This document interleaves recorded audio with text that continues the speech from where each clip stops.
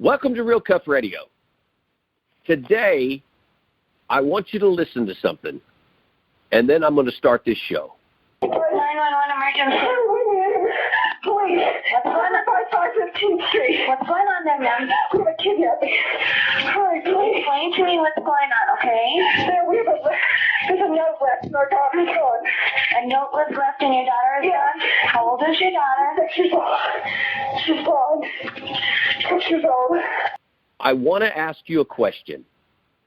Moms, ladies, even the dads, what if you got up in the morning, went downstairs to get your cup of coffee, and you woke up in this nightmare?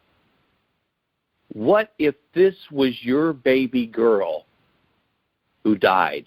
I mean, we're not talking about, this cold case. We're talking about this was a little 6-year-old baby girl. So what I want you to do is, today I want you to listen with an open mind. I've got a young lady on the phone, and I'm going to have her go through and tell her story. And I want you to listen with an open mind. I also want you to do what I was asked to do. I was asked to adopt Jonbenet Ramsey as my own child until this case is solved. Because if you look at this case as your own child, just like Patsy and John have done, you're going to want this case solved. You're going to want justice for this little girl. Remember, this was a little 6-year-old baby. First, I want to say something, though. It was brought to my attention that this case has been compromised not only by media, but by the social media group. There has been obstruction of justice for this murder case. And it seems like this has happened through the social media. Now, the allegations are already starting to be looked at. I can't believe that someone would actually do something like this. But if this turns out to be true, we may see a first for a murder case where somebody who has social media power ends up going to prison over blocking the evidence and blocking the stuff coming out because, well, like they always say, follow the money. So I believe there's something being funneled through, or at least from what I'm being told. Just keep your eye on that. I'm basically going to turn it over and let this young lady tell her story from day one, and it's going to be uninterrupted. And then I'll kind of follow along. If I see anything at the end, we'll come up and deal with that. So, young lady, are you ready to tell your story? Thank you very much for this opportunity. Please, ladies and gentlemen, let me be very clear. What I am going to explain to you and walk you through are nothing but facts. They are not fabrications. They are facts. I will do my best to park my personal feelings on the curb until we get through these facts. And when you, the listeners, investigate for yourselves the facts and then contact the authorities in Colorado and use your investigative skills to ask them why they had not pursued one particular suspect when they didn't hesitate to travel to Thailand for John Markar and that huge circus that cost the public a bundle of money. The short journey to this suspect would have only taken 5 hours. They refused to do that from day one. Also, I would like you to remember the facts about this suspect have been given to the authorities within the very early stages of the murder investigation of Jonbenet. I have been asked repeatedly for years why I've held on to the information, not given it to the authorities. I can prove that they have had the information, chose not to investigate for their own excuses, and that's what they are, excuses. And later on, that will be their judgment on them, not a judgment on me. So please remember, I can prove that the authorities in Boulder, the authorities in Colorado, in all levels of government, failed Jonbenet. So let us learn about the monster walking among us, because he is a monster, and he's walking among us. When I entered a karate school that my child was in, the morning class, my husband was in the evening class, all was well for months. Everyone got along. The environment was one of learning to protect yourself versus being a bully. That kind of behavior was not tolerated. But one day I walked into this karate school and I saw fear and concern in the eyes of all the other parents. The other thing I noticed, they were hanging on to their children. They did not release them to go and socialize with one another. I felt myself a foreboding. I looked around to see who was the new person that may have brought this negative feeling into this class. It had not existed before. I noticed on the right bleachers, sitting on the very top but closest to the children, was a man. From the back, I can only describe him as what Charles Manson would look like if you looked at him from the rear. Not only was he sitting on the bleacher, leaning forward was the extra body language indicating his strong desire to stay focused on those little ones. They were 5, 6, and 7-year-old children. I asked the karate instructor who owned this school in Waretown, New Jersey, who is that man? Why is he here? Are any of these children connected in any way to him? The answer was his name is Bill Ramsey, Ramsey. He is here because he's a new member of the adult class, the one with your husband, later this evening. But he thought he would hang around the children's class to get a feel for the new school. This feeling of disasters about to happen did not stop with that one class. It became worse and worse. The feeling was mutual among all the other parents and caregivers of these children. Because of the way Bill Ramsey glared as a fox in a henhouse at these children, we finally asked the karate instructor to somehow, some way remove this man from the children's class, since none of them were his responsibility, and the room was getting crowded. He used that as the opportunity to say to all adults, if you are not a caregiver of the children, you cannot be in the classroom because we have far too many parents. So the extra people not connected to the children are asked to not come in until the adult class hours later. That seemed to work. So we thought. Bill Ramsey no longer could be inside this room or on the bleacher during the children's class. So what he did was very simple. He went outside the door, which had a very large picture window, and he put his nose up against the picture window, the glass, so he can see the children from outside. His intention seemed to be to focus on these children as if he were picking out his next meal. That still irritated the parents to the point that we threatened to remove our children until he was no longer visible to the children. The karate instructor got a bit more aggressive with him and said the outside staring must stop. Vacation came for Christmas in 1996. The school closed down.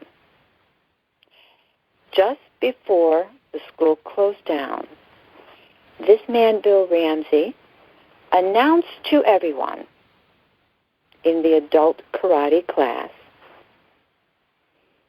that he was going to inherit, his words, inherit $118,000. He told the karate instructor of the Waretown Karate School, I'm going to use some of the money for my delinquent tuition and that of my two friends, Ed and Terry. The three men were in construction. Construction is seasonal. They were out of work. This is Christmas, this is winter, this is cold weather. None of the three men had paid their tuition in a month or two. But the karate instructor, who was also the owner of the school, gave them grace. He felt they would catch up once they returned to work in the construction field in a few months. And he was okay with that. He's a very trusting man. But what happened was, not only did this man, Bill Ramsey, repeat that he was going to inherit $118,000 and that he would use it to pay the tuition for himself and his two friends. You know the two friends that are mentioned in the ransom note? My two friends have your daughter. Remember that. But Bill Ramsey also purchased a brand new pair of high-tech brand footwear. We knew that because he always liked to sit high on the bleacher, and you could not miss the logo at the bottom of the sole. It was a type of feathering, an Indian feathering, with large letters, H-I, capital T-E-C. The men complimented Bill's brand new footwear and said that they are a smashing-looking boot. The karate instructor suggested at that moment, maybe if you got a brand new shirt and pants and trimmed your hair a bit, you would be less intimidating to the parents of the children's class. The suggestion was made tongue-in-cheek, a gentle little slip it in while he could and let it rest in this man's spirit that might be the change that is needed in order for him not to look like a Charles Manson lookalike. That high-tech brand footwear is important because in the dust, the salt that came up from the concrete, which happens over time, is a brand new print from a brand new pair of small men's high-tech brand footwear. That's the second link between Bill Ramsey and Jonbenet.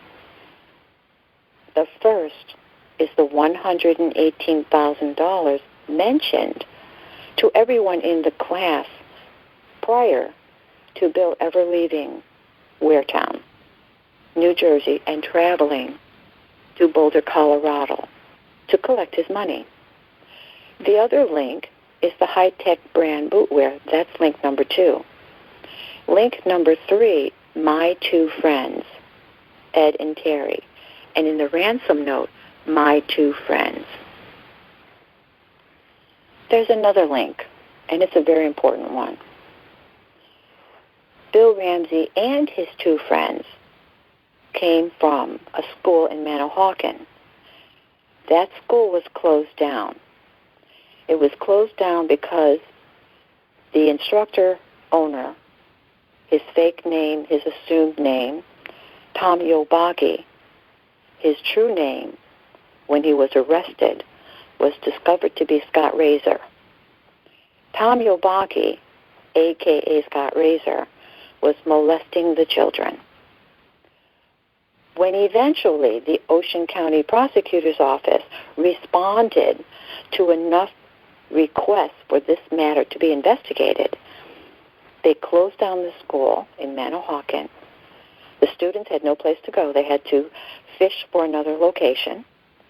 And the instruments that belonged to Scott Razor, a.k.a. Tom Yobagi, that he used, the tools, the weapons, they were made available to some of his students.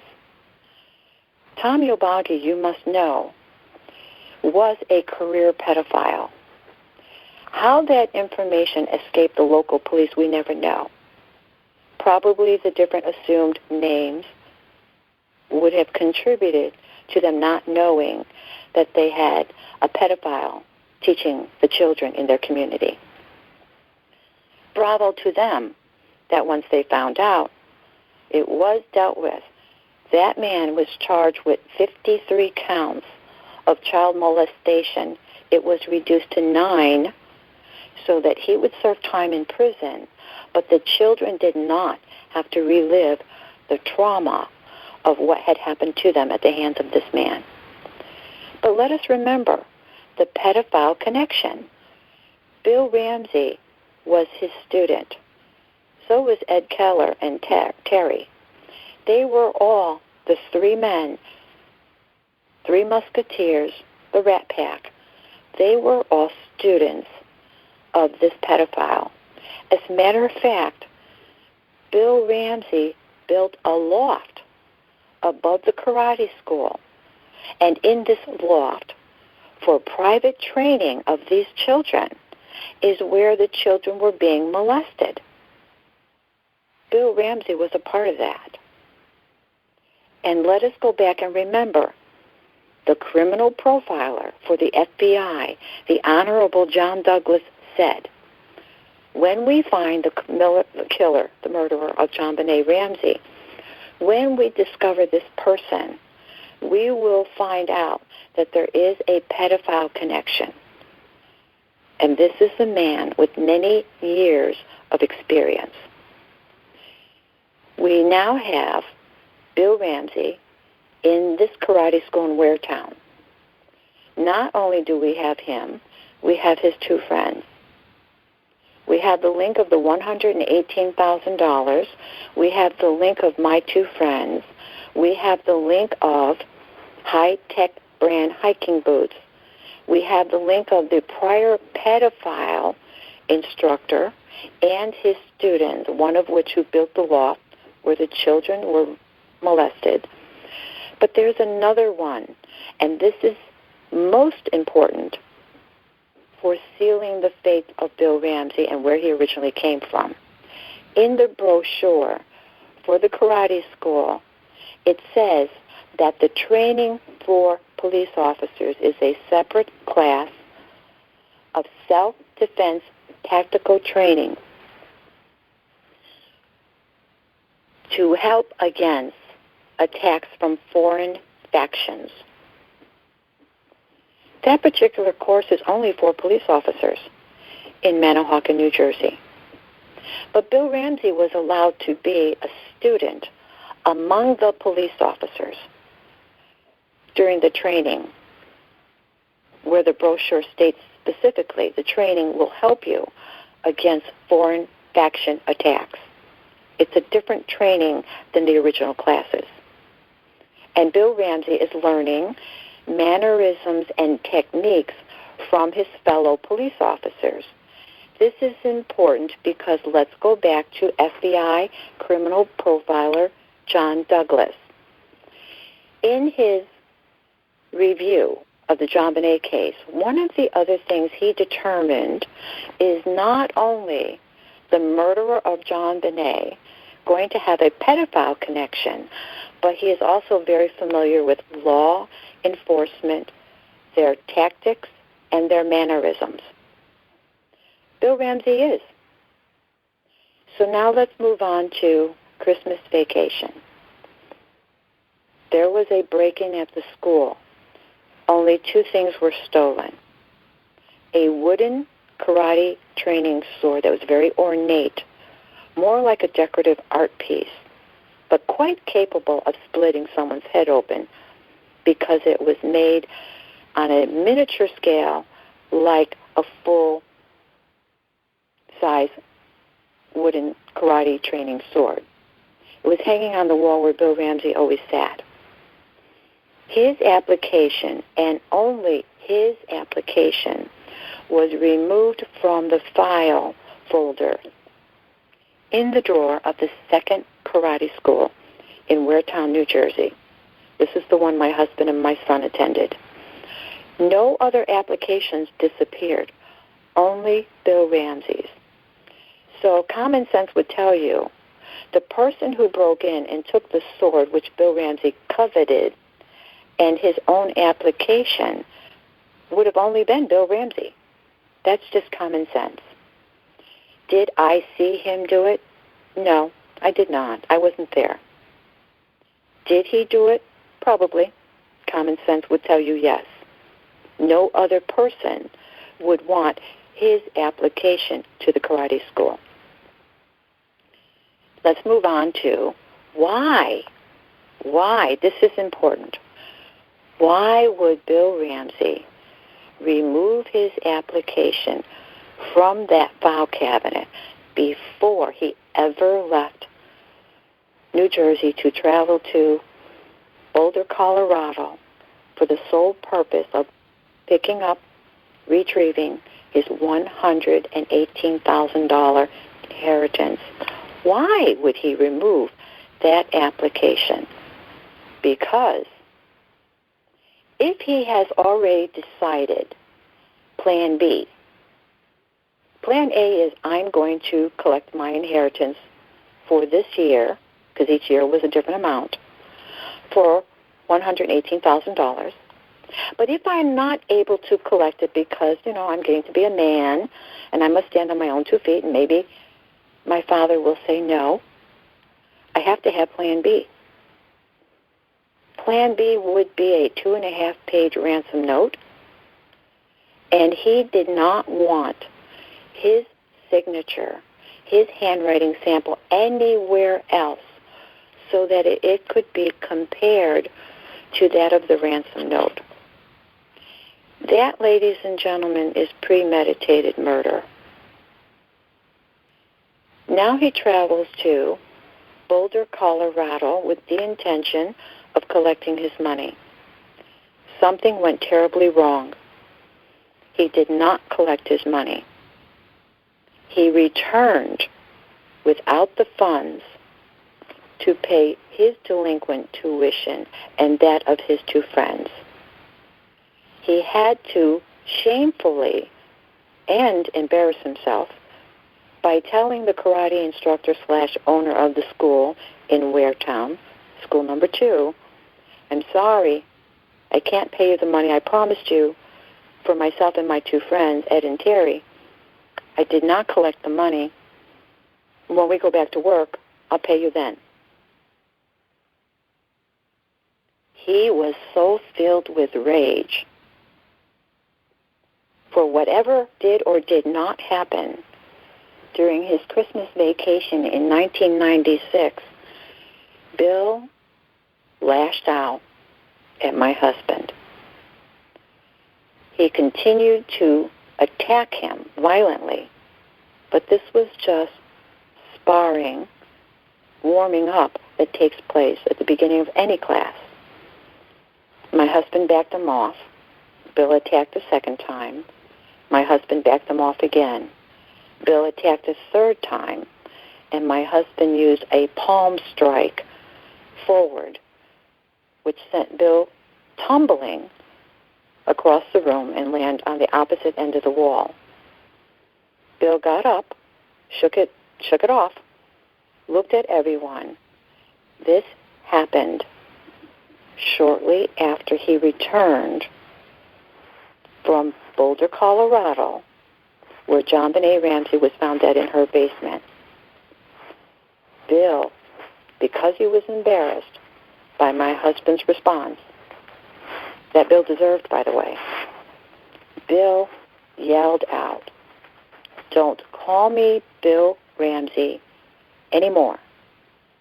My new name is Larry Rohn, R-O-H-N. Do you got it? Larry Rohn. If you call me Bill Ramsey, I will not answer you." And he stormed out the door. The next karate class. Some of the individuals in the adult karate class were police officers in the local area. One in particular seemed to be troubled about the name change. The Jonbenet murder case was not, at this moment in time, global. It was confined to Boulder, Colorado, for the most part. So this man said to Billy Boy, because he knew about it, he's in law enforcement. They get information we don't get right away. So he said, "Billy Boy, are you related to that little girl that was found dead in Boulder, Colorado?" He did not use her first name. He did not use her last name. He simply said, "Billy Boy, are you related to that little girl that was found dead in Colorado?" Bill moved to the right and moved to the left and looked all around as if for a place to escape. And then he bellowed out, "I don't know. No Johnny B." Johnny B? That was a name no one knew but John and Patsy. That was a term of endearment that only John and Patsy knew and used within the confinement of their home. It was not until John and Patsy Ramsey wrote their book, Death of Innocence, was it mentioned that their term of endearment for their daughter within the home was Johnny B. I have terms of endearment for my children, 3 of them, for each of my children, that I only use within the privacy of our home. My husband's term of endearment for our children is different than mine for each of our children.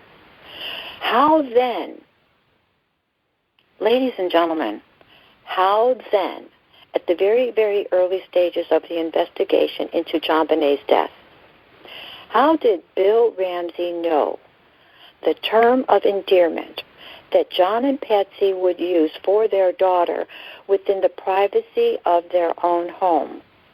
This was in the early first month of the murder investigation into Jonbenet Ramsey.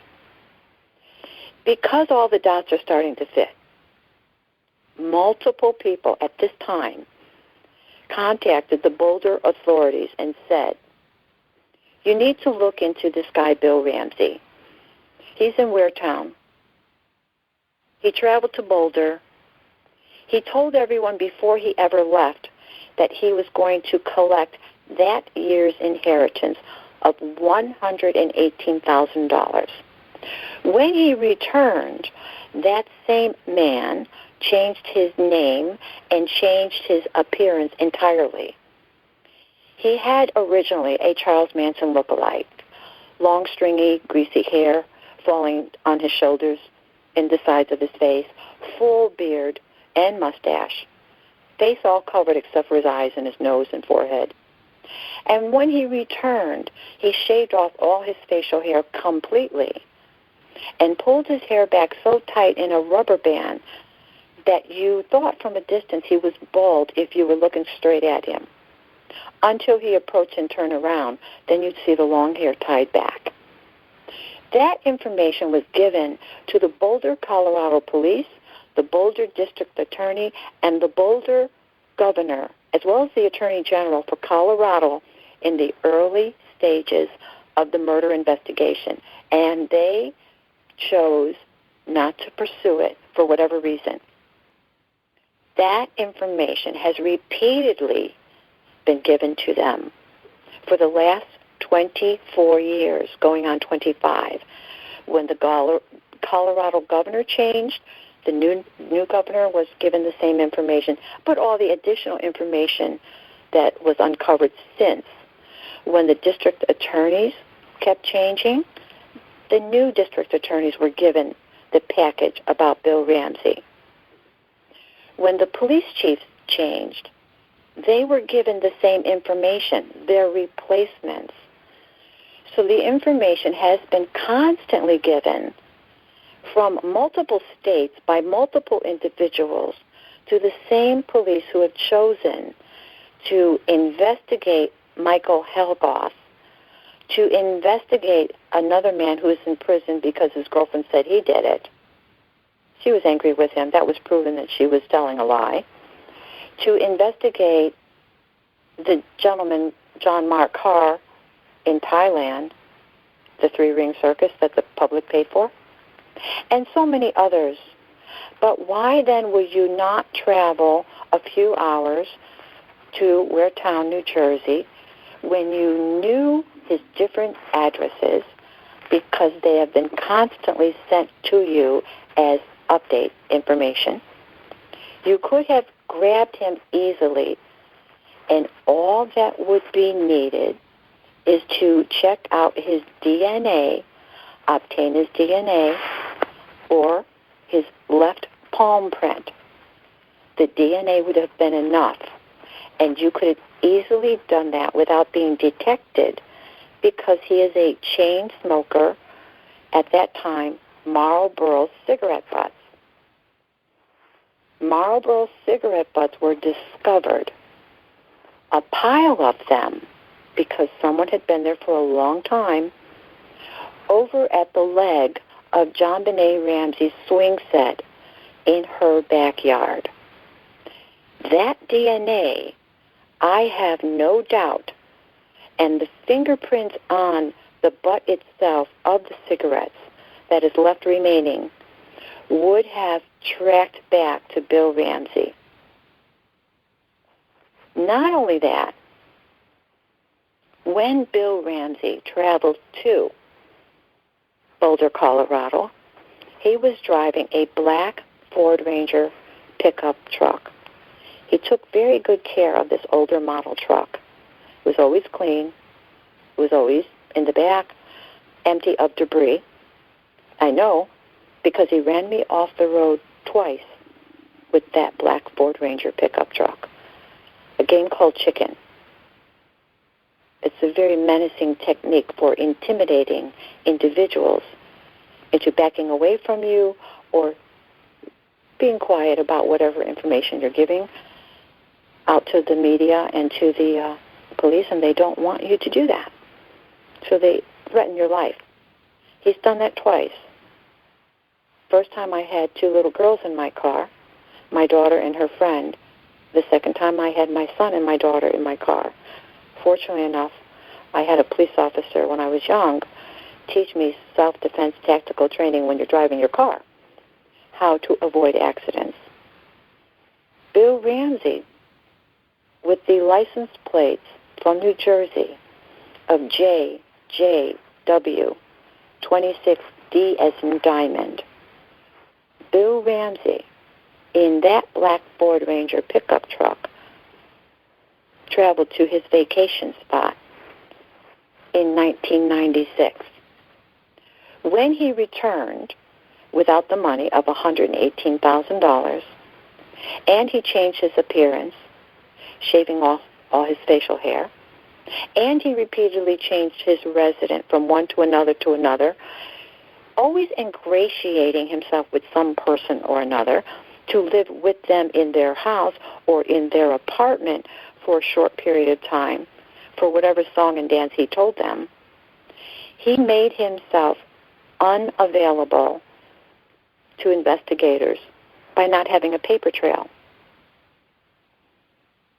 He traveled back to New Jersey, made all of these changes, but I believe he was worried he was seen by someone around Jonbenet's home because he changed the color of his truck.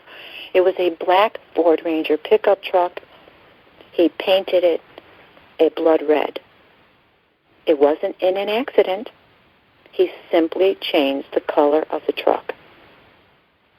Now that he's returned without the money, he's gone back to his routine of working at shipyards as a dockhand. That's where you learn very well how to tie ropes. He also, once again, started carving the wooden signs for local businesses. That's the technique and the constant exercise that would strengthen his wrists. Because one of the other things an investigator said, whoever broke both ends of the stick that was used to make the garrote around Jonbenet's neck was very, very strong. They had strong wrists in order to snap off 2 short pieces of this stick or paintbrush handle. Bill Ramsey, carving his woodworks, his signs and ornamental pieces, Bill Ramsey would have extremely strong wrists. So that is true. Bill Ramsey would also take his wood carvings, his ornate pieces of Native American chiefs, Native American warriors, or the Indian man, and these very magnificently carved pieces would be on consignment in different shops throughout South Ocean County, New Jersey. 3 of these shops were taxidermy shops, and they were quite appropriate. Native American, Indian chief, warriors, medicine man, eagles, and other magnificent animals carved by Bill Ramsey. I tell you, these pieces are exquisite and very pricey. So when the medical examiner for Jonbenet also determined that unusual fur was found, or hair was found on Jonbenet, whether it was a raccoon or a fox fur, I don't remember, beaver fur, that's where it came from. Bill Ramsey had left some of his pieces in the different taxidermy shops to be sold on consignment. Being in and out of a taxidermy shop, you would attract these fur pieces from the business by the nature that it's everywhere. That would explain how Jonbenet had some of these fur pieces from unusual animals that you would not normally have as a pet, like a dog or a cat or even a bird. That explains that clearly. Bill Ramsey had his pieces also in other stores, very nice gift shops along the seashore. If the authorities would simply check Bill Ramsey's left palm print, because a palm print was left on the upper door jamb where Jonbenet was found, I believe Bill Ramsey had to put her over his shoulder, left shoulder, so he had to brace his arm upward so she wouldn't slide off his shoulder. I believe he had to use the right hand to open the door. That's the only explanation for that palm print being in the upper part of the door jamb. It makes sense. Then when he opened the door, he deposited her body on the floor. But he did not attack her in the room she was found. All the other things that this poor child went through had to happen in the room where you have the drop-down window. Because the Honorable, God rest his soul, Detective Lou Smith himself went around to that window and climbed down the window. He saw the scuff mark from a shoe on the concrete wall just under the window. Detective Lou Smith found a footprint on the suitcase, as if someone was going to place it under the window and try to get up out the window the same way they may have come down. he discovered that there was hair and other fibers from Jonbenet in the suitcase. In the suitcase. So someone was contemplating putting her in, or did put her in the suitcase, close it up, but did not have the strength to remove her from within the suitcase and the suitcase combined. So she was removed from the suitcase and put into a different room where she was found. And the police had said they tried to open the door and were not able to do so.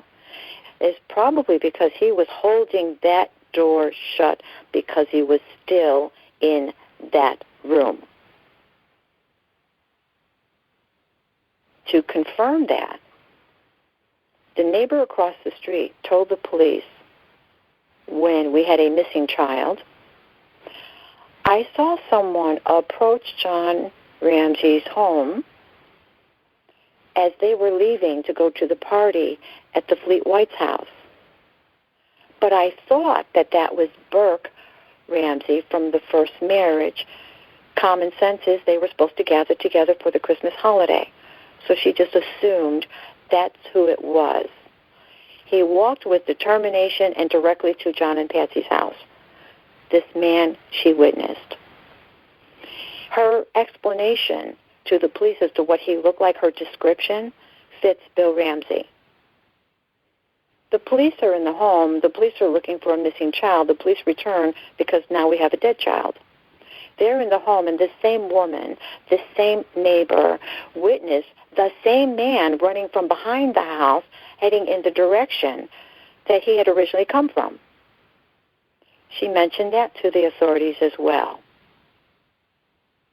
They did not chase him down to find out who he was and why was he seen running from the Ramsey home. And, oh, by the way, going to the Ramsey home. John removed his dog to the neighbor's house. John turned off the security system. Remember, Bill Ramsey, out of his own mouth, before he ever left for Boulder, Colorado, to collect his money, said, I visit my father every Christmas Eve to collect that year's inheritance. So these visits are routine. The inheritance amount is different each year, but that particular moment in time, it was $118,000. His visits are routine. They're always during the Christmas, New Year holiday. He said that to all the people in his adult class, or to whomever he was talking to, but they all heard it. Bill Ramsey returned. Bill Ramsey painted his car, changed his appearance. He and I still had run-ins. We moved to a new house, and we still had run-ins. Marlboro cigarette butts his were all over my property. There's at least 20 police reports, if not 30, about this man. 2 or 3 of them go like this. He cut the tongue off a squirrel and left it halfway up my driveway with the tongue directly in front of the mouth, so you couldn't miss the fact that the squirrel's tongue was in front of his face. But there was maybe half an inch separation. There's a police report for that. Lacey Township Police Department in Forked River, New Jersey. There's another police report within a few more days, exactly like that. New squirrel, missing his tongue. It's in front of him. There was a meeting at the Ocean County Prosecutor's Office. I was asked to give information, everything that I knew about Bill Ramsey that would help them understand the link and connection to Bill Ramsey. That meeting took place for 3 hours. During those 3 hours, there were 2 men from the Sheriff's Department, Prosecutor's Office, and there were 2 men from the Police Department in Toms River. They were investigators.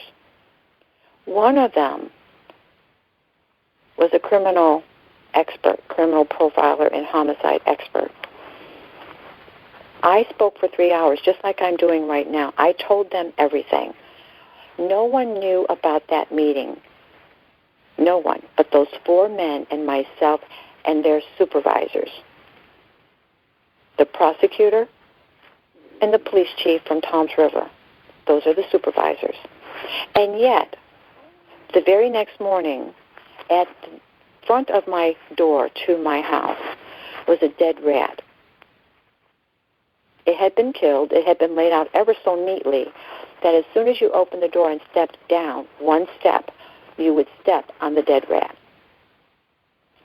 I would have to tell you that based on all of this information, someone's pretty scared about information I've been giving out as well as other people about Bill Ramsey. And they're doing their very best to shut me up, as well as other people. They've been intimidated. They've been run out of New Jersey. This dead rat, when I brought it to the police department for yet another report of an intimidation tactic, the police officers in Lacey Township thought it was funny. The 3 that were there, the dispatcher and the other 2 that showed up to take the report, said, oh, it's not a dead rat, it's a muskrat. Oh, it's a squirrel. It's a chipmunk. No, it's a dead rat. Since I realized I was talking to fools, I took the rat, put it back in the bag, brought it to the prosecutor's office, went and saw the one who was an expert, Tom, and I showed him the rat, and I said, let me ask you a question. First of all, what is this? And he said, it's a dead rat. I said, oh, you don't think it's a muskrat, a chipmunk, a squirrel? He said, no. Anybody would have to be an idiot not to recognize it's a dead rat. It is a full-grown dead rat. Someone's sending you a message, Melinda, because he asked me where did I find it. I said, at my front door. I said, now let me ask you a question. How did anyone know, besides the 4 men in this 3-hour meeting and their supervisors, how did anybody else know about this meeting to the point that they felt that they needed to shut me up yet again with the dead rat? He said, well, that's a clear message. They want you to be quiet. I said, all right, that being said, he said, did you take any pictures of the dead rat where it was found? I did. Took many of them, Polaroid Instamatic. He said, may I see them? I showed him the pictures, and he said, well, let me tell you something. Your dead rat doesn't smoke Marlboro cigarette butts. I said, what are you talking about? He saw something I did not see. In the pictures, he saw the butt laying to the side of the step where the rat was found. He also saw the wrapping with the tax stamp included for the little foil wrapping for a brand new pack. You pull that off and dispose of it. He saw that. I didn't see that. He said, your depositor of the rat smokes Marlboro cigarette butts, and according to some of these other pictures, was in front of your property for some time because there's a pile of them under the 3 trees in front of your house at the bench area. I didn't see that either. But I'll tell you what else that man saw when I visited him on a different occasion. I brought with me a second application to the karate school by Bill Ramsey. And I'll explain that in a minute why there end up being 2. When I showed him the application to the karate school, a copy of it, for Bill Ramsey, and I showed him a copy of the 2 1/2 page ransom note, that expert, that homicide expert said,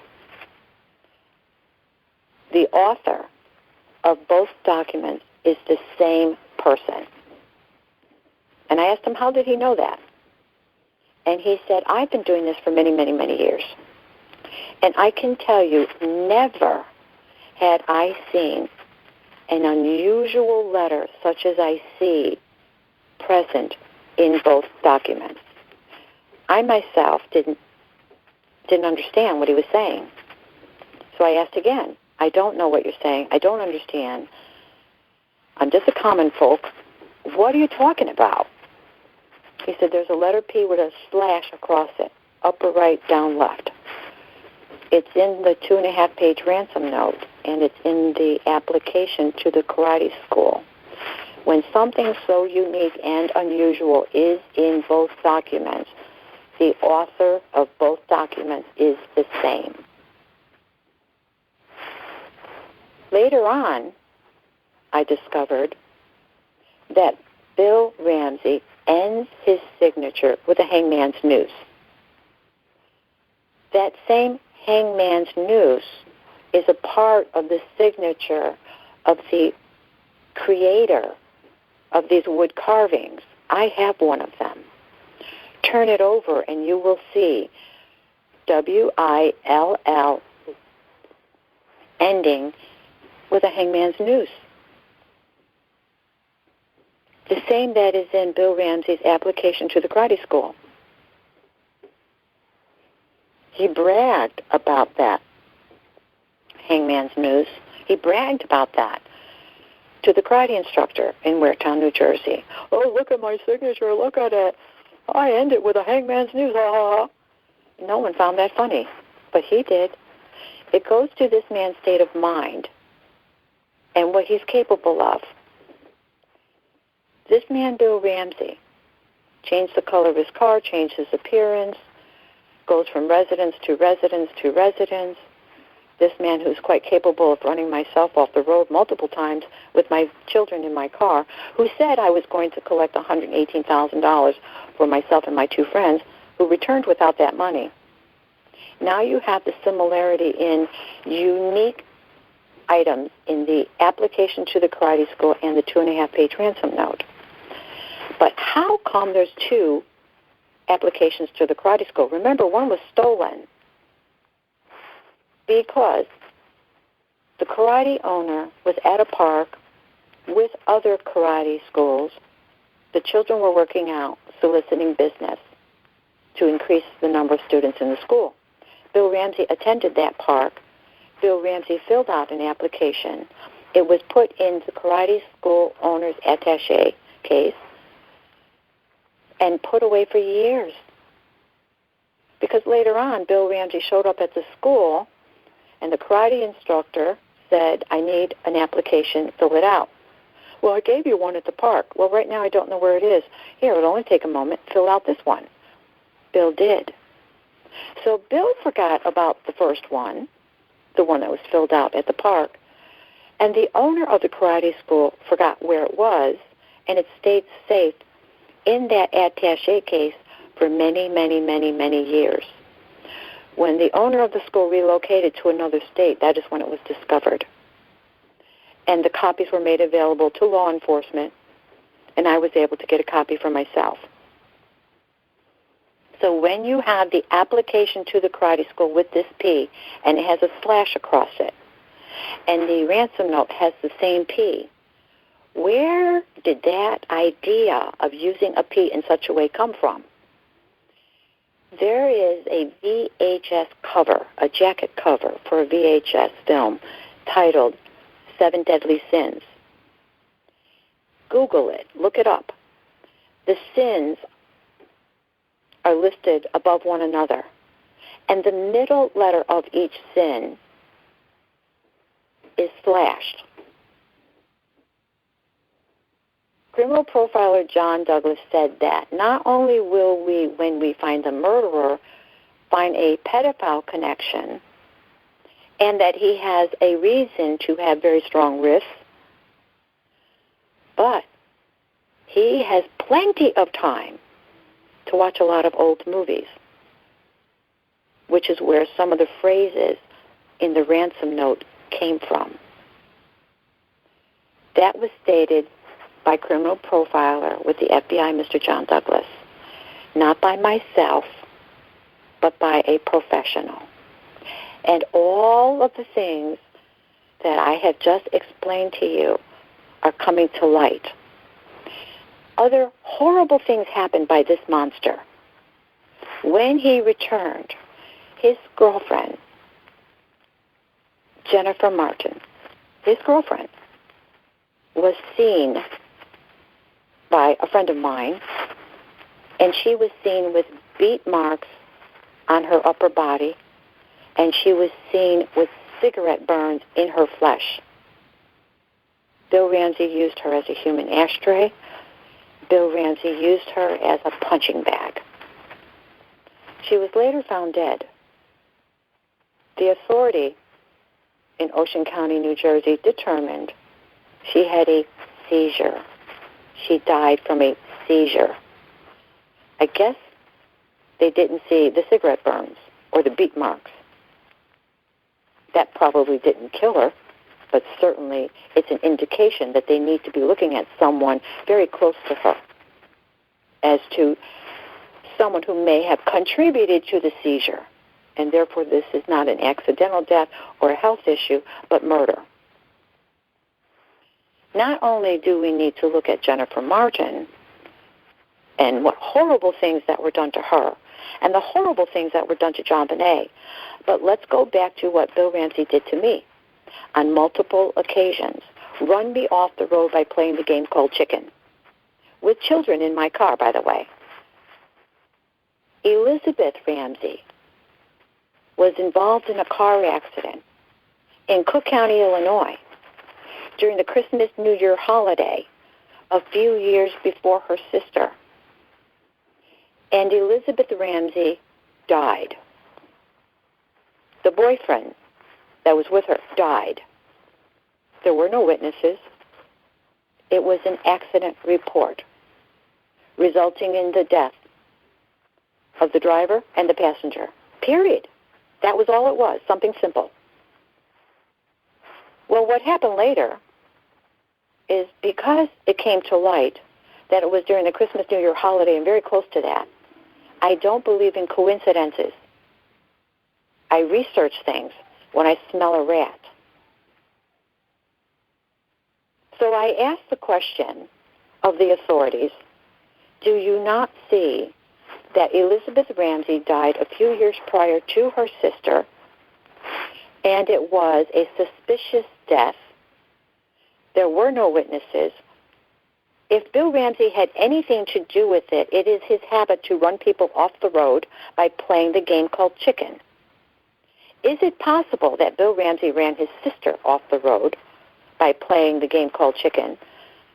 Is it possible? And then later, Jonbenet was murdered in the basement in such a cruel and sadistic way. Is it possible?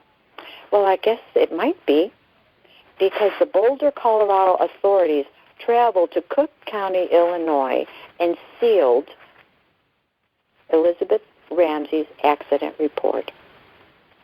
If they did not see a connection, why did they go there to seal her accident report?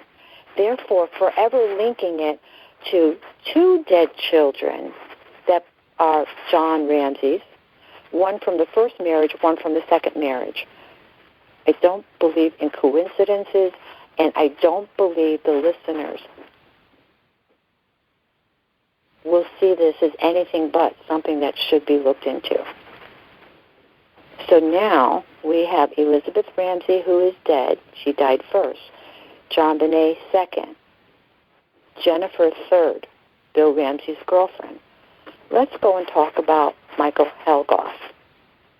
Michael Helgoff said to his friend, a different friend, that he was expecting to collect some money, a sizable amount of money, by helping someone out. The person he was going to help out was going to receive the lion's share of the money, but he was going to receive enough to get his own place and get some things done that he wanted to. He was found dead in his apartment. It was made to look like, it was staged to look like a suicide. In the apartment was a stun gun. In the apartment was a pair of high-tech brand footwear, just tossed, clearly visible for anyone who opened that door to have to actually trip over it. So it was made a part of the investigation. Michael Helgoff killed Jonbenet. We found the stun gun. We found high-tech brand hiking boots. He killed himself. No, he didn't kill himself. They discovered that later, after the autopsy report, and they learned some things about this man being left-handed. He did not kill himself. It was staged. Someone wanted to end the investigation into Jonbenet's death and stop it right there. And there have been plenty of other someones along the road these past many years. But the information about Bill Ramsey constantly flows to the Boulder police, the prosecutor's office, the attorney general, the governor, the police chief, the media in Boulder, Colorado. It is constantly updated. The last known address for Bill Ramsey was given to me as 63 Everett Street. 63 Everett Street. Please don't forget that number 63, because the next broadcast on Real Cuff will explain how important that number is. Bill Ramsey. Hey, so, go ahead. Melinda? All right, I want to bring up a couple of things. You mentioned the stun gun. Can you tell them how at the first karate school they had to go and collect their stuff? Yes, I mentioned it briefly, but I did not tell what was collected. When the first karate school was closed down in Manahawkin, New Jersey, because that owner was a pedophile, molesting 53 children that they know of, he went to prison. He's still in prison. The property that was in that school, swords, stun guns, and whatever else, that was given to the authorities, the Manahawkin police, to dispose of. They contacted some of the students, Bill Ramsey and his friends, and said, come and collect what you want. We have no use for this stuff. Remember, it is the Manahawkin police that attended police tactical training against foreign factions with Bill Ramsey. He was a part of that class, even though he wasn't a police officer. By the way, it has been discovered over the last couple of years, high-tech brand footwear is worn, normally speaking, by police officers. This is the rest of that full circle of his association with police officers on a regular basis. What was taken by Bill Ramsey and his friends were the stun guns. There were extra stun guns there. But Bill Ramsey had one of his own, because when he went to the second karate school and he made the mistake of bringing in his little toy, the stun gun, which is not a toy, it's a very dangerous weapon, the owner of the second karate school in Waretown was offended and irritated at Bill. We do not use weapons in this school. We do not inflict harm. We learn to protect ourselves and others, but we don't use weapons. Why did you bring that stun gun into this class, into my school? And Bill Ramsey thought that question was rather funny. So as he's laughing, he explained that it's his stun gun, and he used it on his friend's Doberman Pinscher. And when the karate instructor asked him why would he do such a thing, which was cruel, the answer was, because I wanted to see how many strikes it would take to put down that Doberman. It took 3. The karate instructor snapped back at him that dog will not forget what you did to him. If you ever turn your back on the dog will treat you kindly, not. The friend he was talking about was Scott Razor, a.k.a. Tommy Obagi.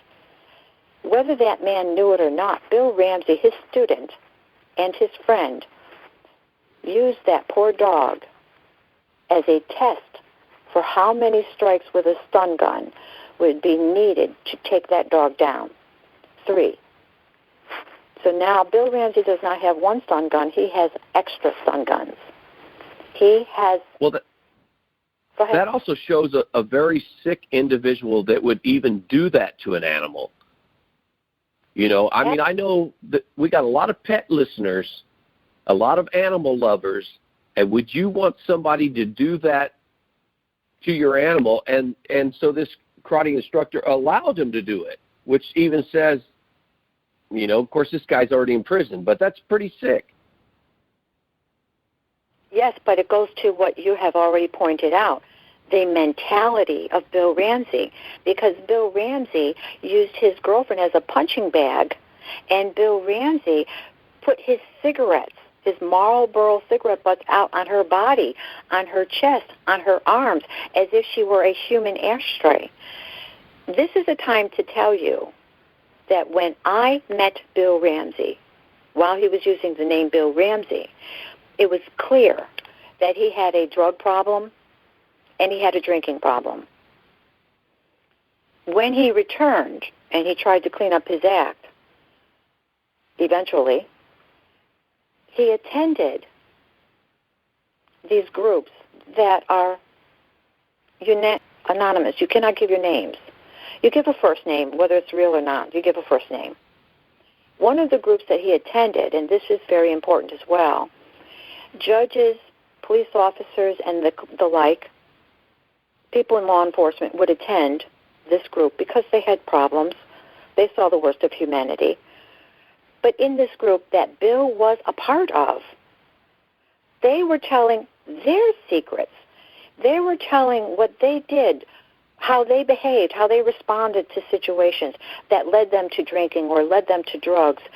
This is a group of judges and police officers and others in law enforcement.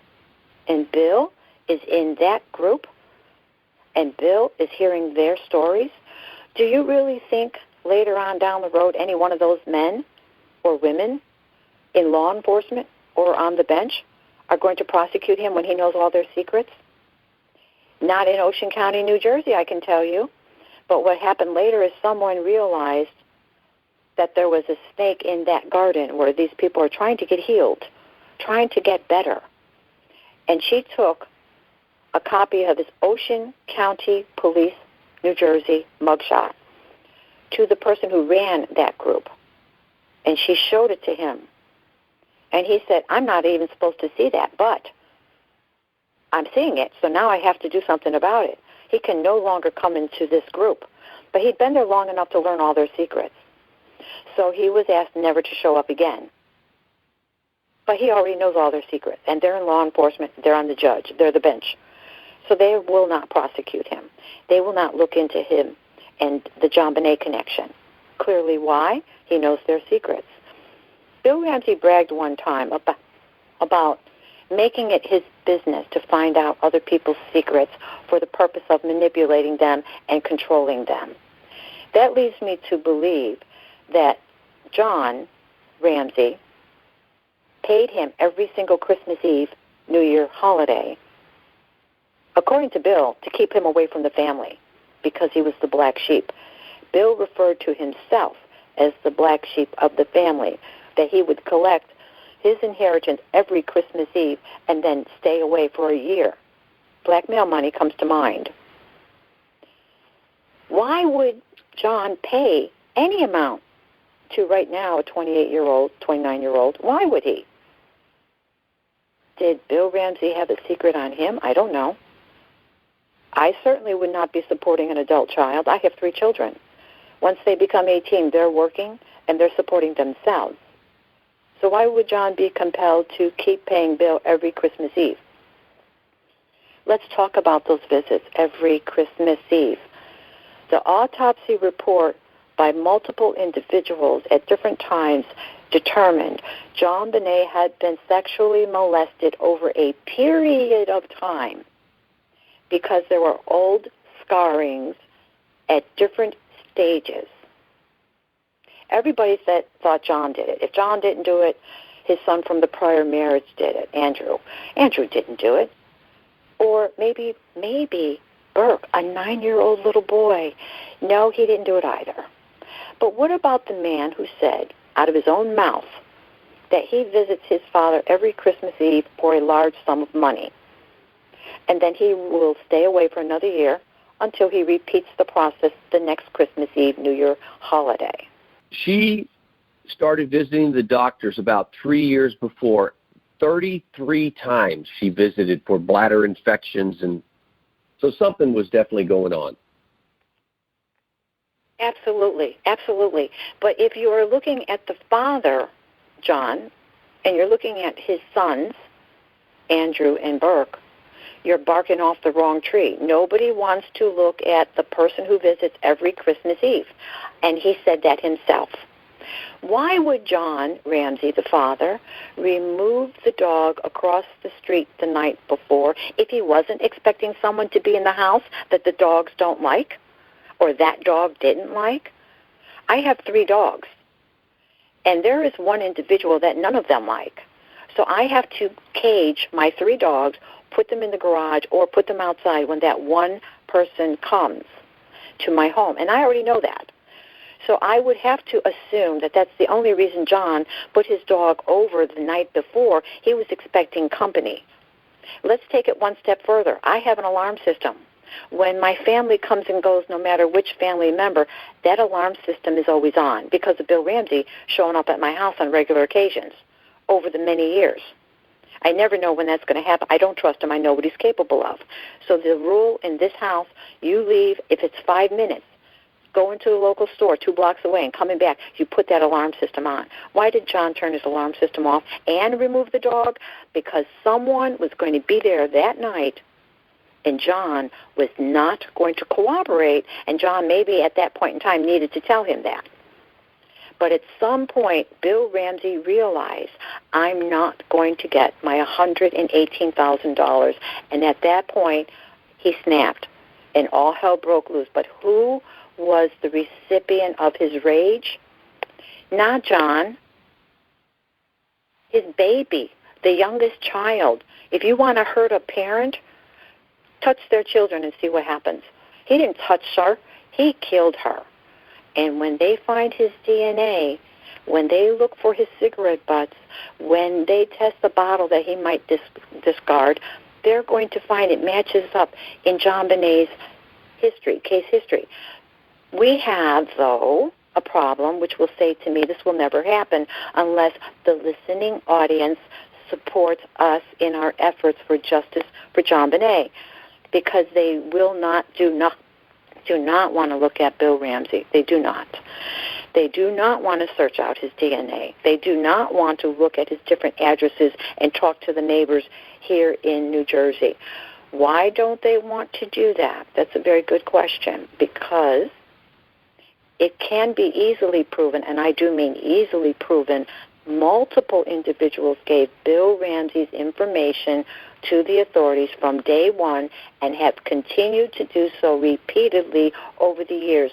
So how do you think the tax-paying public in Colorado are going to feel when they foot that bill on a regular basis for the investigation into the murder of this child, which globally speaking, everyone wants to know what happened and who done it, kind of like Jack the Ripper. And it is determined that the police had that information in the early stages of the investigation. I will tell you what I have learned.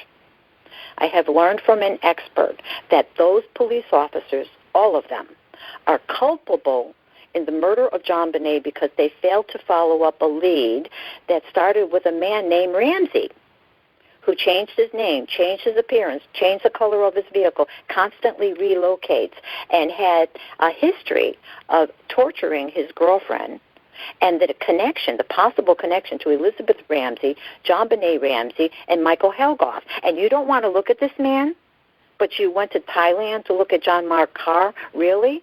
You have some people, the public, who put that bill. They want your jobs. They want your pensions. They want you in jail for not doing your job. That's why they're not going to look at Bill Ramsey.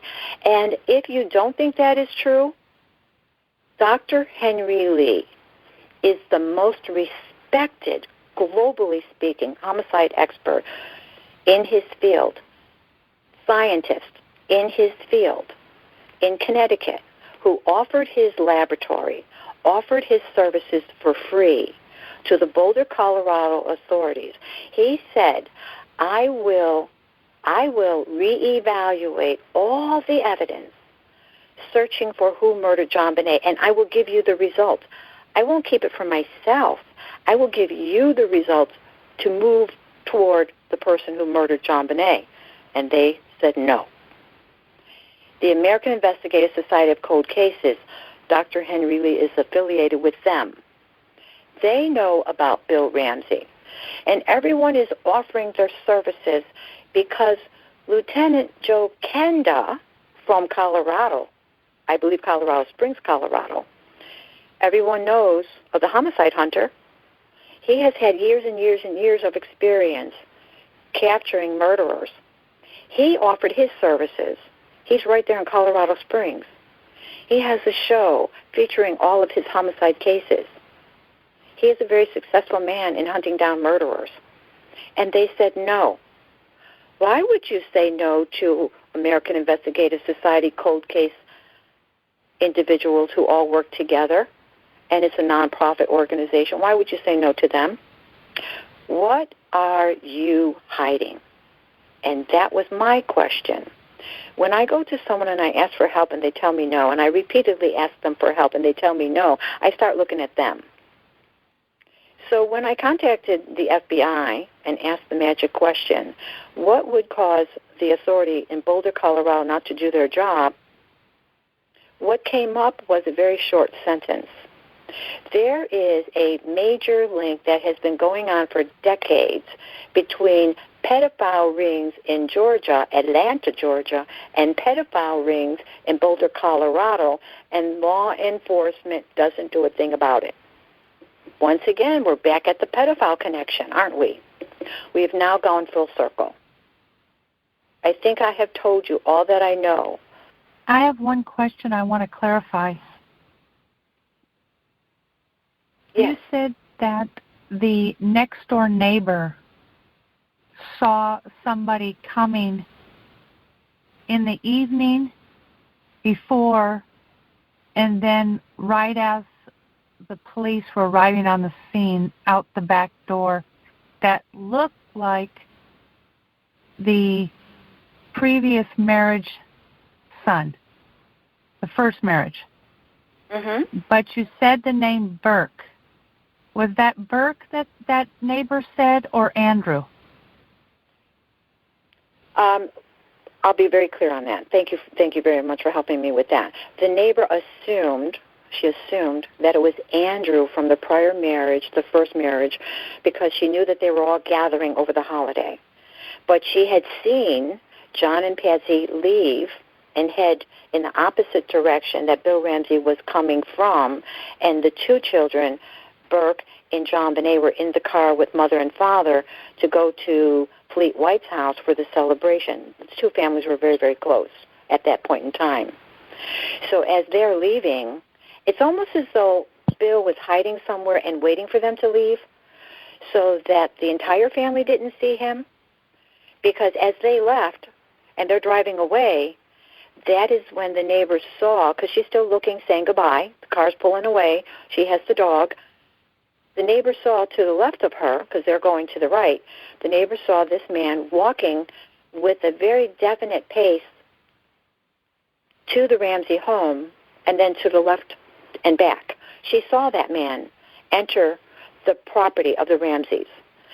And she said she thought it was Andrew from the prior marriage. It was not Burke. Burke was in the car with Mom and Dad and Jonbenet. So maybe it was Andrew from the first marriage. But what I did is when I heard that, I sent a copy of the police mugshot of Bill Ramsey in Ocean County, New Jersey, that's where it was taken, to the authorities in Boulder, Colorado, and I asked them to please give this woman, the neighbor, a copy, show her.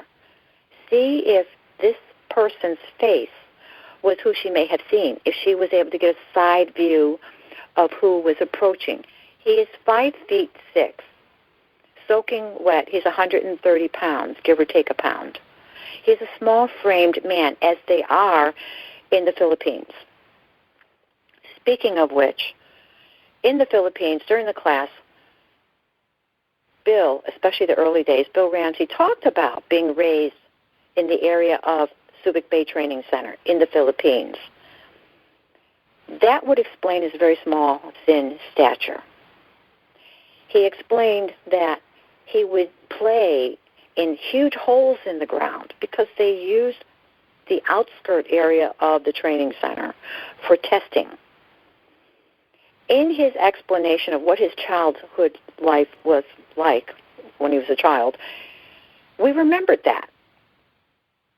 And the ransom note ended with Subic Bay Training Center, SBTC. The weird concoctions that came out of a certain group as to what SBTC meant and the word victory was ridiculous. One individual from this group contacted John because I kept pushing that envelope and said to John Ramsey, were you ever in the service? Yes. Were you ever stationed at Subic Bay Training Center in the Philippines? And he did not answer.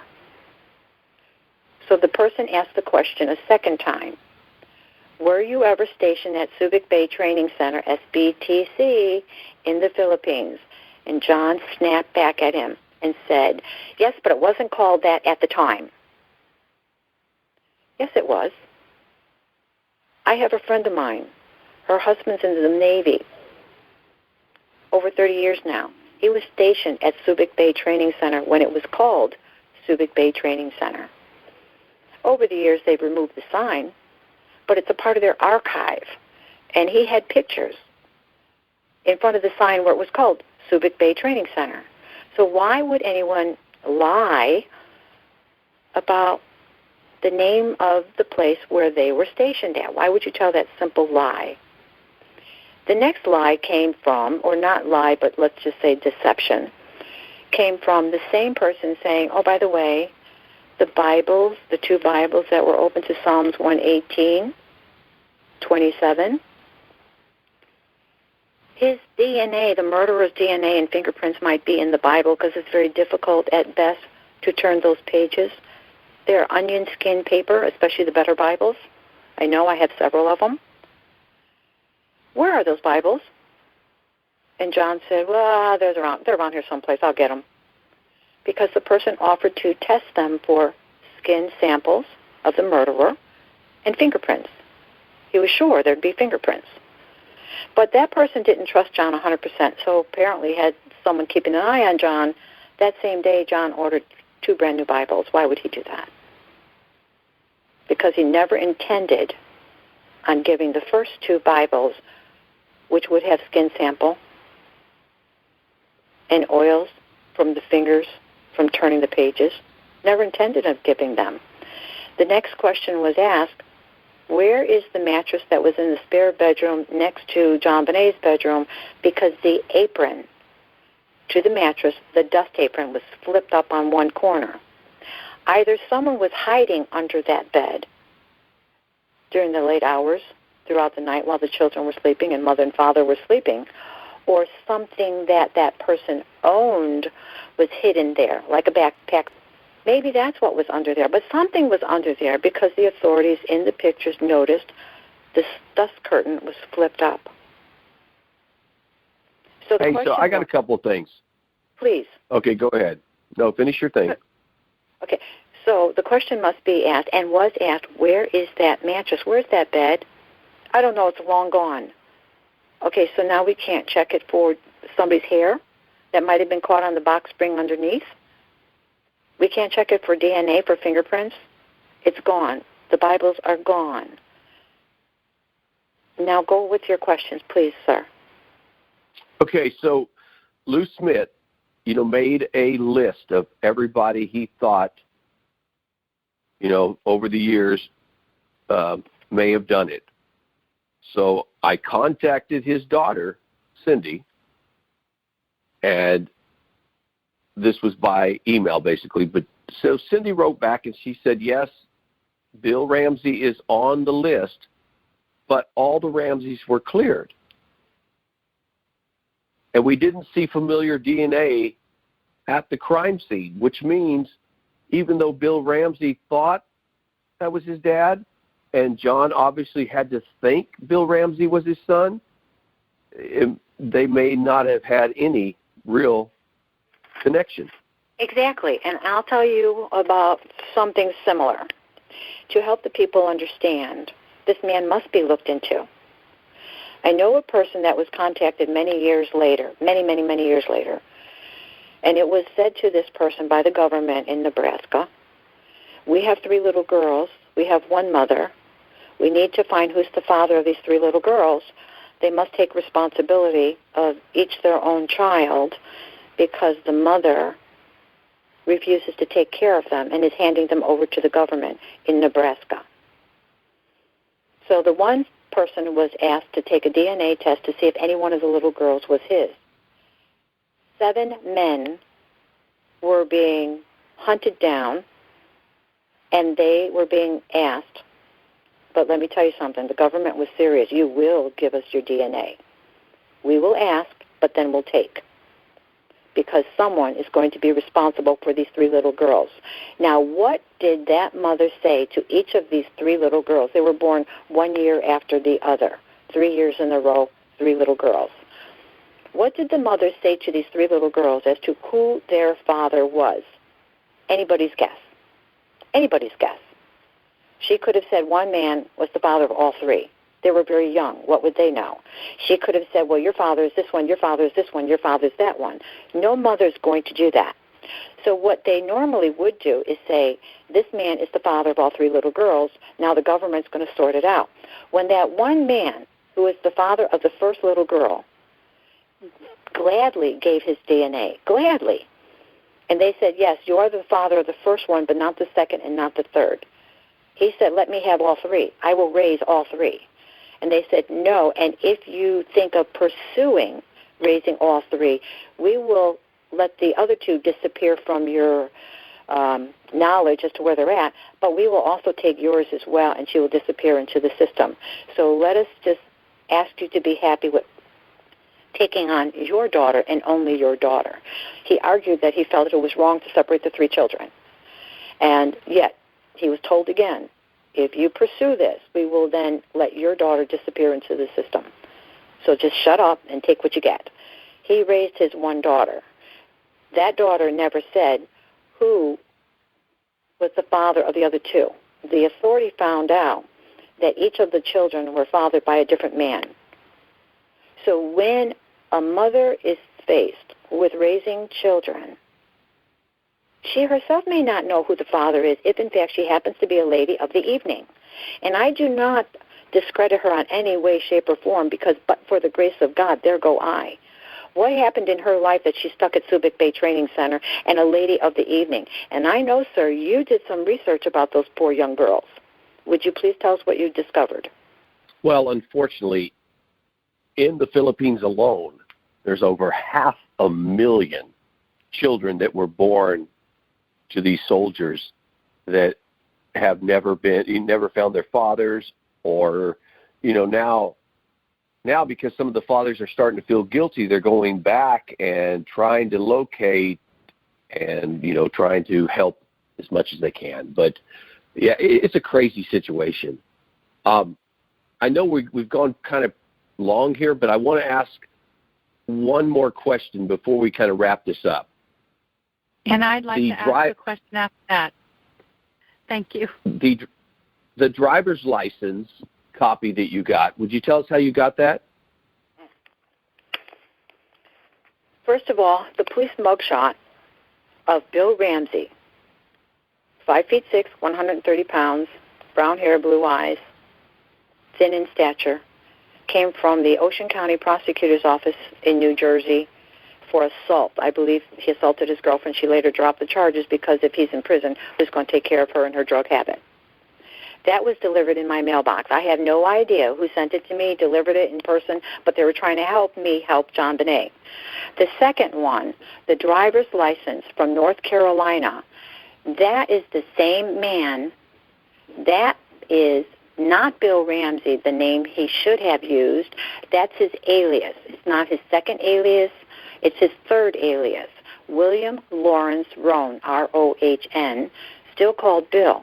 The name Lawrence on this driver's license is Bill Ramsey poking, and don't think for a second that this is not correct, poking at the police, making fun of them, because Lawrence was taken from the book Lawrence Schiller, the author, Perfect Murder, Perfect Town, about Jonbenet's story. So Bill's having a ball by using the name Bill Lawrence Rohn. His driver's license, a copy of it came from his employer in North Carolina, who handed Bill his W-2 form. Bill is a subcontractor. His employer was a contractor. When he handed the W-2 form to Bill, out of the corner of his eye, he saw Bill scrunch it up and throw it in the garbage. He was worried that that would cause him to be audited because his subcontractor is not filing taxes. So he turned around and he said to him, "Hey, Billy, why did you throw that out? You have to file your taxes. If you don't file your taxes, I may be audited because you don't file your taxes. I'm listing you as a subcontractor. You have to file your taxes." Bill's response was, "I haven't filed my taxes in over 20 years. Because of that comment, now this man is extremely worried that he is going to be audited. He looked up the name Bill Lawrence Rohn.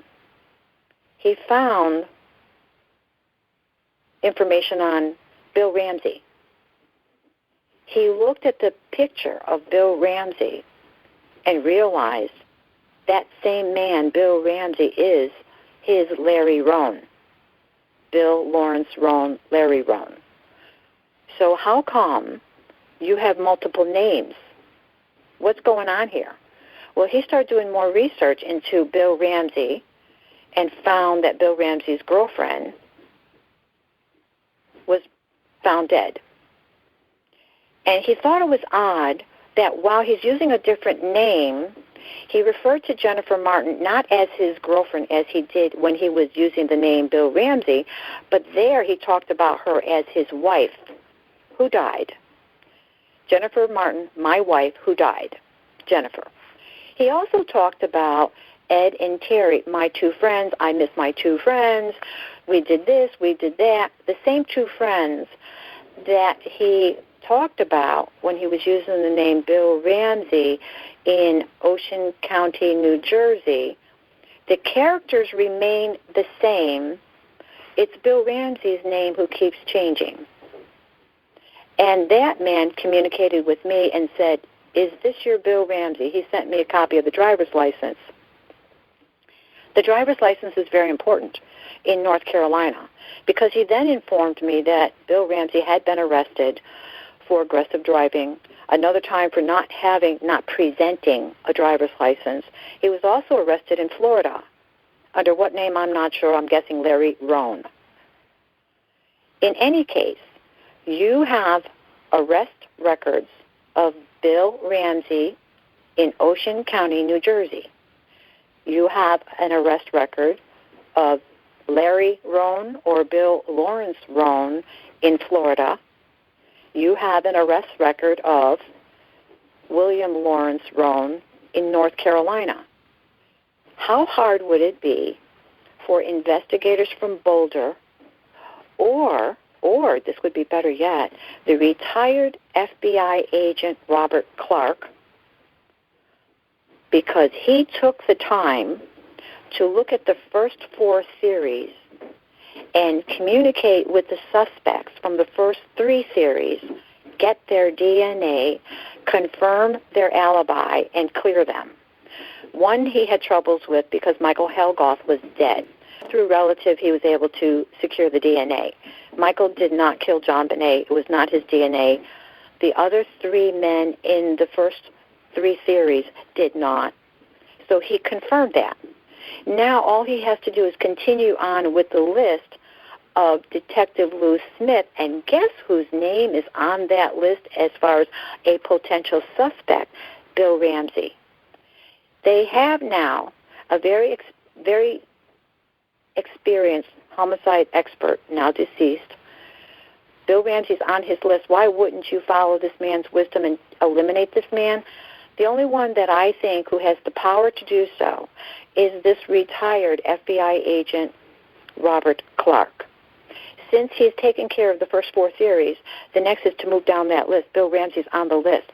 And through his ties to the FBI, he can use facial recognition from the driver's license, and it's a CDL driver's license, a commercial driver's license for Bill Ramsey. It's only 2 years old.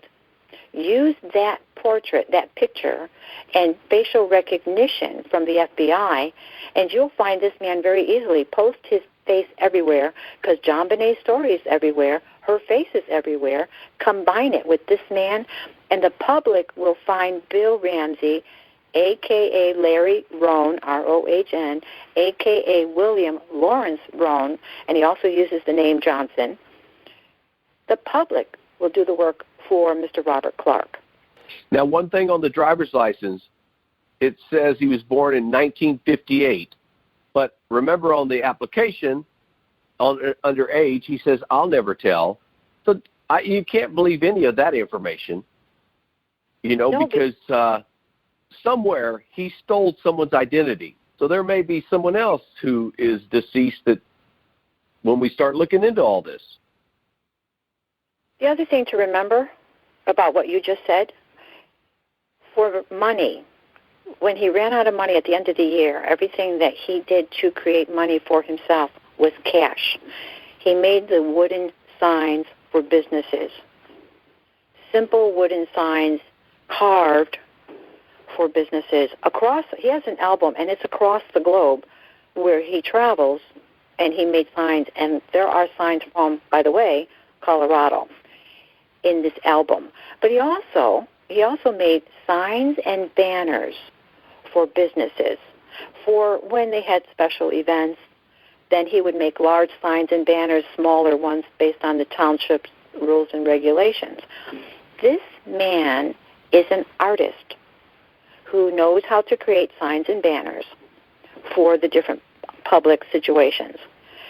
This man can easily create a different identity, and apparently has been very successful for 25 years doing this because of his different skills, creating signs and banners, creating wood signs for businesses, also the art carvings. This man is a talented artist. You think he can't make documents that are forged? His copying machines are able to do that. So creating different identifications and having no problem slipping through the law has not been a problem for him at all. One of the things he was very proud of saying, and it just kind of popped in my head, is that he's a survivalist. Do you know what a survivalist is? That's someone who can live in the woods or the jungle and live off the land, and you would not know they were standing right next to you. You would not know. I think we had another question. Go ahead.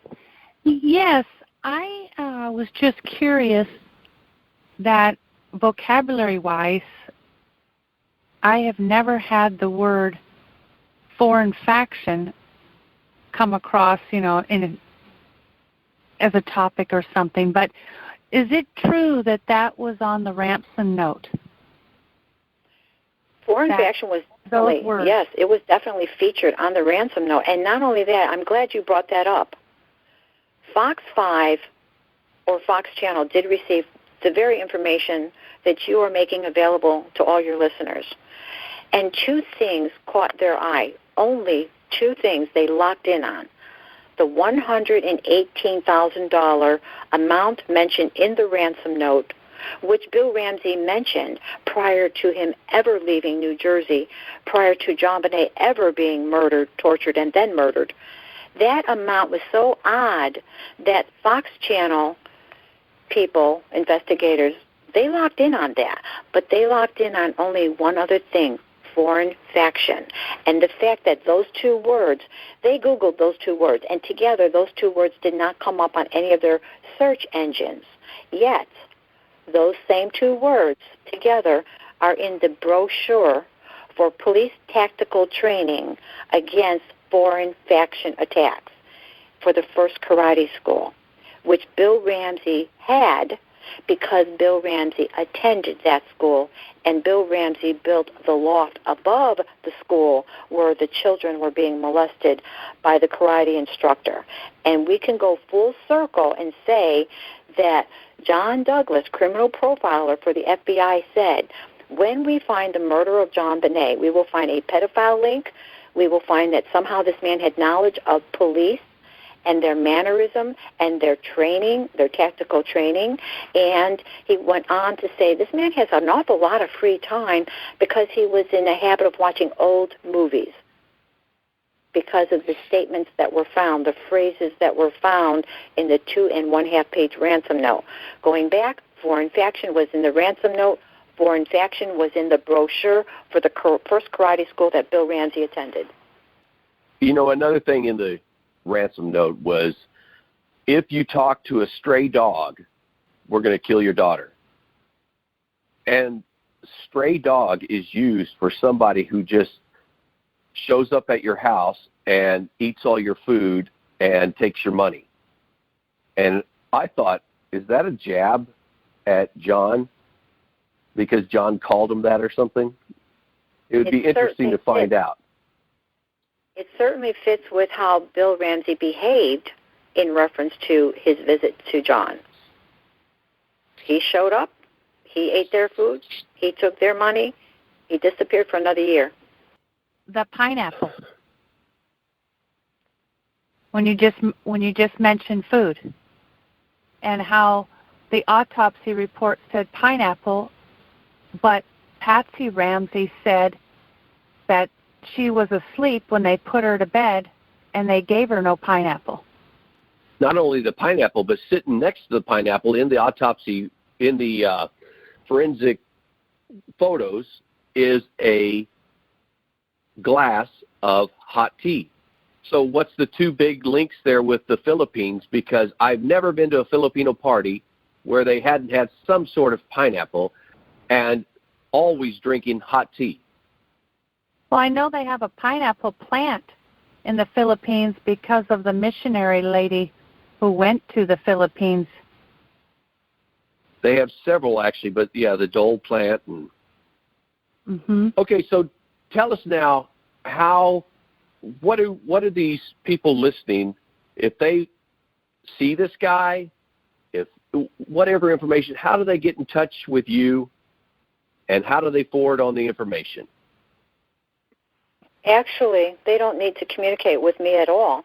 All they need to do, I'll give them a way to do that. All they have to do to find out the A to Z of what we just talked about is to go on my website, Jonbenet's TrueCaseHistory.net. But if they see Bill Ramsey, they'll go there and they'll see what he looks like, and that's important. If they see him, all they have to do is call the Boulder, Colorado Major Crime Unit, which is newly formed. That's where the hope is. But I would actually like to see them bypass them and go right to contacting FBI agent Robert Clark through the FBI. They can call Quantico. Quantico knows where their people are, and ask him, even though he's retired, he is very vested in finding the killer of Jonbenet. He can use his skills because he already eliminated 4 suspects in the first 4 theories. He is determined. So if he is told, I saw Bill Ramsey, here's his address, here's a picture of him, he can go there and he will do 2 things. What was your alibi for the time of her death, which was 12/26/1996, and I need your DNA. You will give it to me voluntarily, or I will get it one way or another. He has been known to watch a suspect, and the suspect left behind a cup of coffee, and that gave him what he needed. This man is very tenacious. This man is determined that this child will have justice. This broadcast is about all of us acting as a family who wants justice for this little child. Think about what her last hour of life was like. She had stun gun burns on 3 different spots of her body. She was removed from her bed, a place where all children should feel safe. And after the stun gun burns, to immobilize her, remember, 3 stun gun burns, Bill Ramsey said it took 3 attacks against the dog to lay that dog down.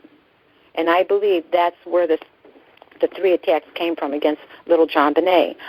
But not only that, if she had her throat was garroted in such a way, the rope was tied not once around her neck, but it was wrapped around twice. That rope was pulled so tight as to the strength that would have been needed to take down a 300-pound man. That's in the report. Not only that, is in the 2.5-page ransom note, it talks about her being decapitated. Well, guess what? When that rope was wrapped around her neck twice and pulled with the force that was needed to take down a 300-pound man, it nearly decapitated this little child, therefore making the statement in that ransom note very accurate. And she was sexually assaulted. And God only knows what else that child endured. So this is about justice for this child who was tortured severely by a psychopath who has no humanity in him whatsoever and no soul. To do this to this child, think about what Bill Ramsey did to his girlfriend. Think about Michael Helgoff being set up and it being staged so the case would end, so it would be closed. Think about Elizabeth Ramsey being forced off the road, killed, and nobody connected the dots that that's his way of getting rid of someone who is bringing too much attention to him. I know from my own experience. Now is the time for all the public to find, I would say, Robert Clark, FBI agent Robert Clark, and bypass Boulder, Colorado authority, only because I've given them the information so many times, it's like beating a dead horse. At some point, you have to realize it's wasted time and wasted effort. Robert Clark is determined. He's affiliated with the FBI. They can find one of their own and let him do honor to Detective Lou Smith and check a name that is already on that suspect list of Bill Ramsey. Use facial recognition, find Bill Ramsey, get his DNA. God only knows what alibi he's going to have, because I'll tell you what, I believe once the neighbor who saw someone entering that property and exiting out the back will be able to look at Bill Ramsey and say, that's the man I saw that terrible day, entering the property and exiting the property when the police were inside. There we have a witness. They're not going to do this. They haven't done it in the last 24 years, going on 25. Robert Clark will. We need to get a hold of Robert Clark. Well, I'm going to say that's a wrap, because I think we've given them a lot to think about. But I'm just pleading for these moms, these dads, out there, adopt this little girl, help us get this solved.